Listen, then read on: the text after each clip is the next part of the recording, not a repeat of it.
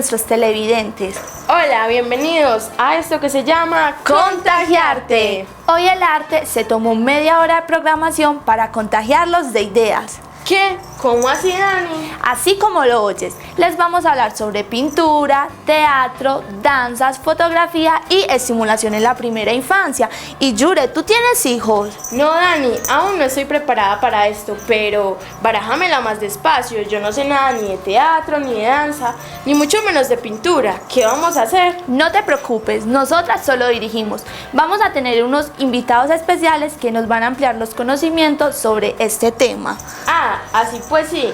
Entonces, ¿con quién empezamos? ¿Cómo es el programa? Hoy les vamos a hablar sobre el origen de cada una de esas ramas del arte y una introducción sobre la estimulación temprana. Así que empecemos con las artes plásticas.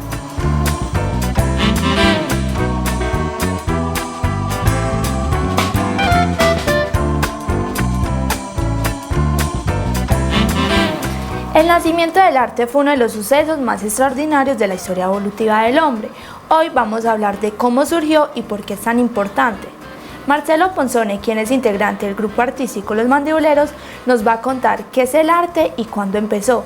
Mientras yo sigo pintando, escuchemos la nota sobre el origen del arte.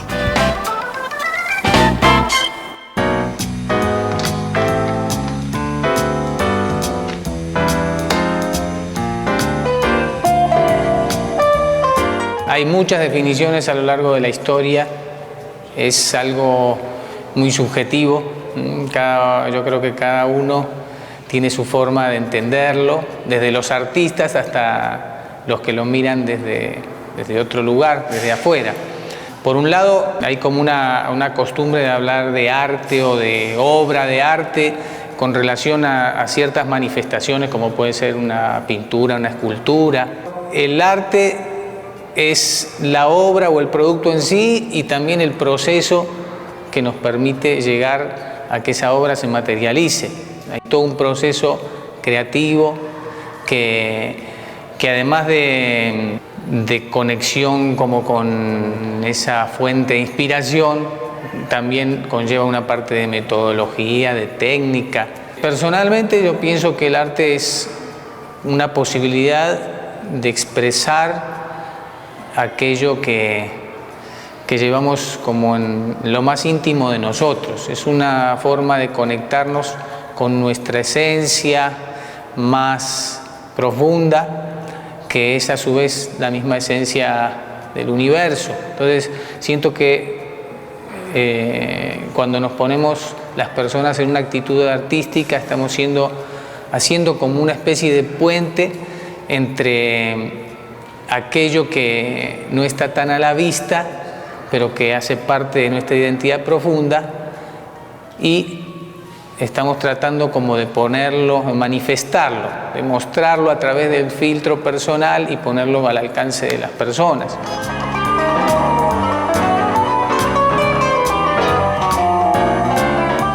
Uno podría decir que el arte nace con el mismo hombre, ¿no? Con el mismo ser humano, desde el momento en que él se afirma como tal y surge como una especie que reconoce en sí sentimientos, un proceso de pensamiento.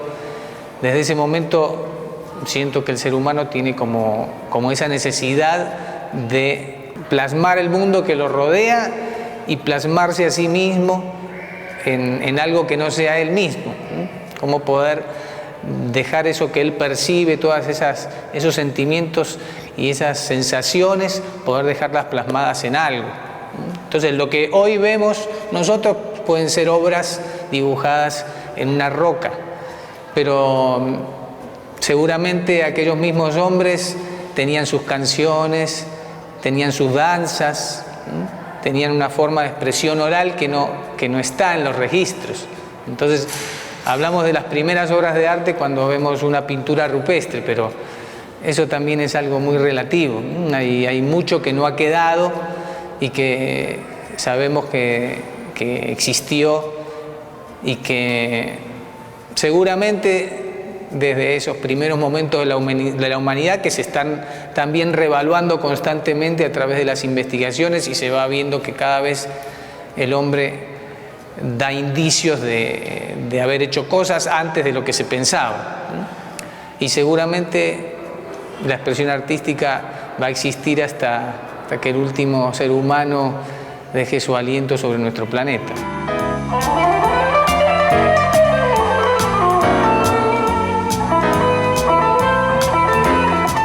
El arte es importante porque permite desarrollar en la persona un proceso de concentración, de conocimiento de uno mismo, como de eso que está dentro de uno, y a partir de esa concentración en uno mismo, al mismo tiempo es como concentrarse con la esencia del universo, de la vida. Nosotros somos fragmentos de ese gran universo, esa misma energía de la vida que late en nosotros, late en cada planta, en cada animal, en cada roca, de manera que cuando nosotros logramos conectarnos con esa fuente, estamos de alguna manera también conectándonos con todo lo que nos rodea. Desde este lugar el arte permite también desarrollar un proceso espiritual, porque es un proceso de conexión con esa fuente creativa de la cual nosotros hemos surgido, esa fuente que impregna todo. Qué bueno, a nosotros particularmente nos parece importante que cada uno pueda reconocerse como un pequeño artista. Cada uno de nosotros no necesitamos haber pasado por determinadas escuelas o tener ciertas condiciones especiales. Es cierto que hay gente que tiene facilidades, puede ser para la música, para el teatro, para la escultura, y que cuando esas facilidades, cuando esos dones están y se trabajan, obviamente esas personas van a destacarse. Pero la expresión artística es algo que cualquiera de nosotros puede cultivar, y desde ese lugar, desde el mirarse adentro, mirar al exterior, concentrarse, es como algo que debería ser básico en la formación de cada persona. Así como a cada niño y a cada niña se les enseñan los principios básicos de la matemática, de la lengua. Ojalá, qué bueno que todos ellos también pudieran recibir esos principios básicos de la pintura, de la música, de la expresión escénica. No para que todos sean artistas entre comillas, esa forma de identificar a las personas como artistas, pero sí para que todos aprendan a conocerse más a sí mismos y al mundo que nos rodea, y a desarrollar desde ese lugar también una forma de conexión espiritual.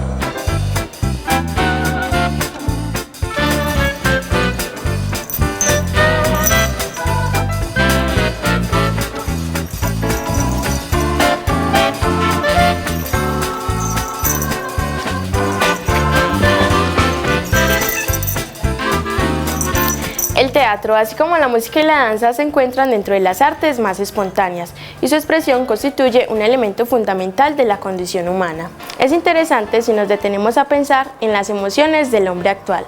Sin mucho esfuerzo nos damos cuenta que deben ser las mismas que las de sus antepasados. Carmen Avendaño, quien es profesora de Ciencias Sociales, nos va a hablar sobre el fascinante mundo del teatro.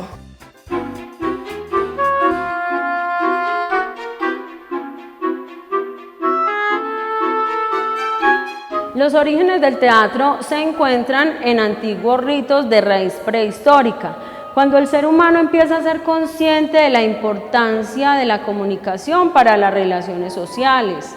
Algunas ceremonias religiosas tenían desde su origen un componente de escenificación. Por ejemplo, en los ritos de cacería, el hombre primitivo imitaba animales.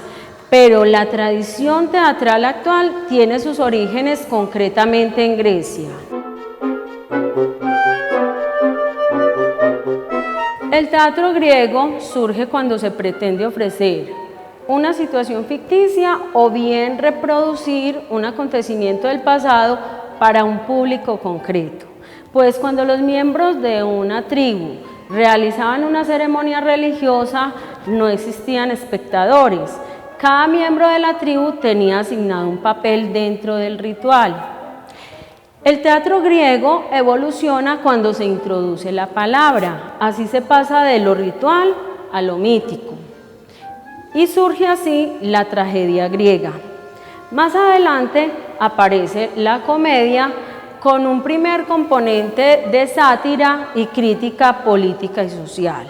Gracias al empleo de máscaras, todos los personajes podían ser interpretados por 3 actores: el protagonista, el deuteragonista y el triagonista, puestos en orden de importancia, siendo el protagonista el principal. En la Edad Media, los teatros entran en decadencia, pero esto no acarrea la desaparición de los actores profesionales. Ellos deben adaptarse a esta nueva dinámica de la fase teatral. Así, los cómicos adquieren la habilidad del acróbata, del bailarín, del mimo. Y los diestros en literatura y música se dedican a cantar coplas y a narrar historias. De esta época surgen también las compañías de teatro que se trasladaban en carretas que a la vez les servían de escenario. Estos pequeños espectáculos son el germen de los circos.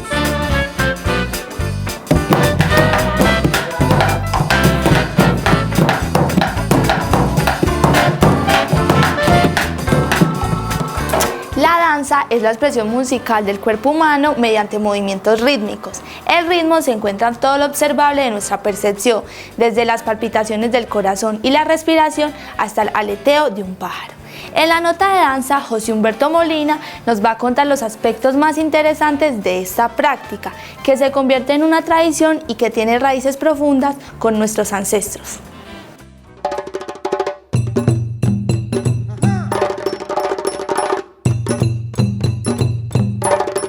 La danza y el teatro comparten un mismo momento de origen.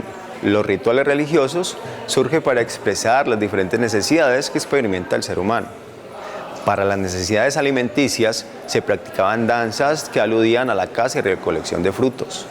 Para las necesidades de sentido de culto se presentaban rituales fúnebres de lluvia, de trueno, rayo y aludiendo al ocaso del sol. Y para las necesidades de tipo social se practicaban danzas de guerra y matrimonio. Aparece entonces unida al hombre prácticamente desde sus orígenes. Incluso hay autores que consideran esta actividad natural e instintiva y por tanto anterior al hombre y que a su vez es observable en todos los planos de la vida animal. Existe incluso relatos de viajeros a finales del siglo pasado y a principios de este que afirmaban haber visto la danza de los elefantes en la India o leyendas similares de otros animales, pero estos aspectos carecen realmente de fundamento científico. Con el tiempo y la diversificación de la población humana se van configurando poco a poco los diversos tipos de danzas, sin perder nunca el carácter colectivo. La procesión en torno a un objetivo sagrado o un árbol es una de las formas coreográficas más antiguas y que de forma evolucionada, bajo aspectos bien diversos, ha llegado a nosotros.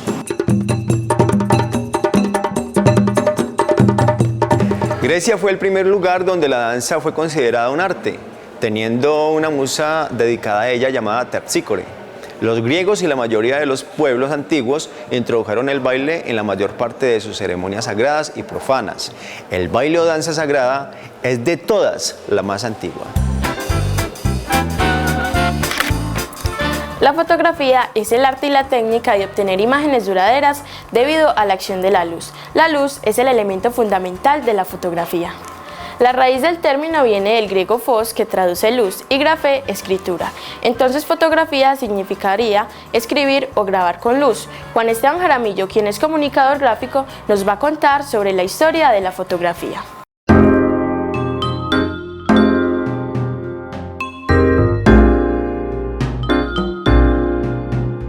El origen de la fotografía lo podemos ubicar en un aparato óptico llamado la cámara oscura. La cámara oscura consistía en un espacio cerrado y oscuro con un solo orificio en uno de sus lados o en una de sus paredes.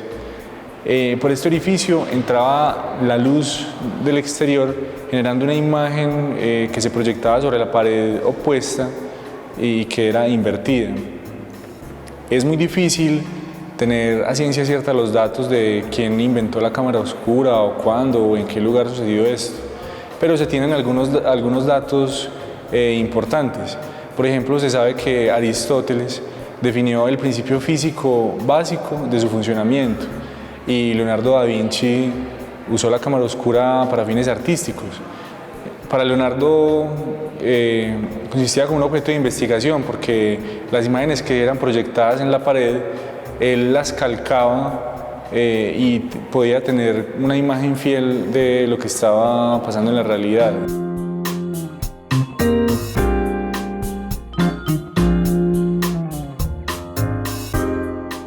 Para que se diera la primera toma fotográfica, fue necesario antes que se descubriera un material fotosensible, es decir, un material que la luz lo afectara.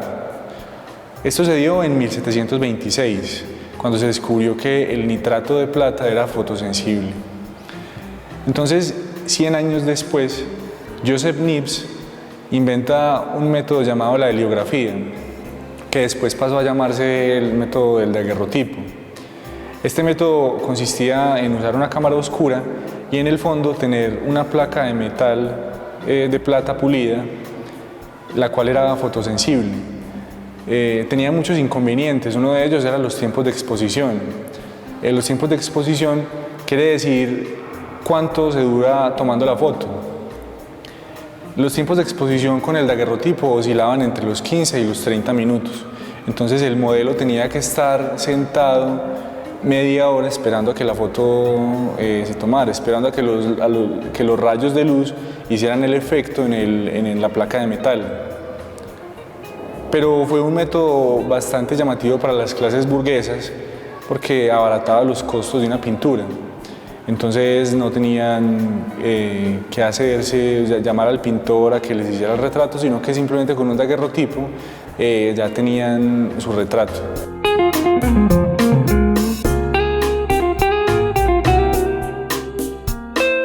Las primeras fotografías que se hicieron con el método del daguerrotipo estaban hechas sobre una placa de metal, por lo que eran bastante pesadas y difíciles de manipular.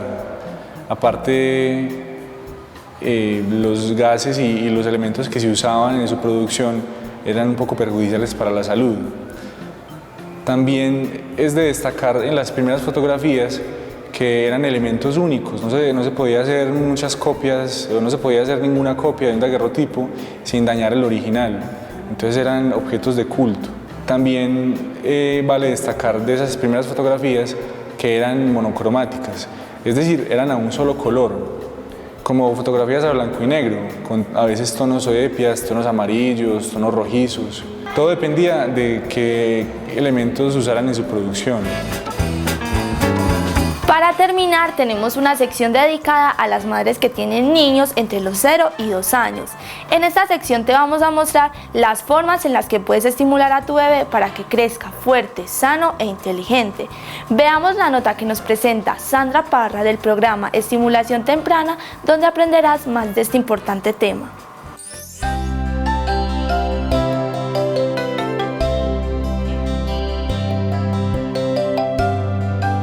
La estimulación temprana ayuda al fortalecimiento del cuerpo y al desarrollo de las emociones y la inteligencia de tu hijo.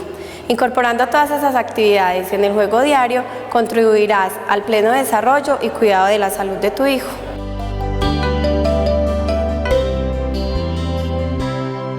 Existen 4 áreas del desarrollo que puedes estimular. La motricidad gruesa, que son los grandes movimientos del cuerpo, los brazos y las piernas. La motricidad fina, que son los movimientos finos y precisos de las manos y los dedos. El área del lenguaje, que es la capacidad que tengo de comunicarme y hablar con las demás personas. Y el área socioafectiva, que es la capacidad que tengo de relacionar con las demás personas, mis emociones y mis sentimientos. Para obtener una buena estimulación se debe tener en cuenta lo siguiente, que los ejercicios o las actividades se desarrollen en un lugar adecuado y en un lugar seguro para ambos, tanto para el niño como para el padre de familia. Los ejercicios que se hagan en el momento de la simulación se deben realizar más o menos 5 repeticiones. Nunca se debe forzar al niño a hacer alguna actividad si él no lo quiere hacer. Siempre se debe felicitar o festejar al bebé al momento de un buen resultado al terminar un ejercicio. La estimulación se debe hacer más o menos 3 veces por semana. Lo ideal sería que al momento de la estimulación ambos padres acompañaran al niño. También la estimulación debe ir acompañada de música, de rimas y de rondas.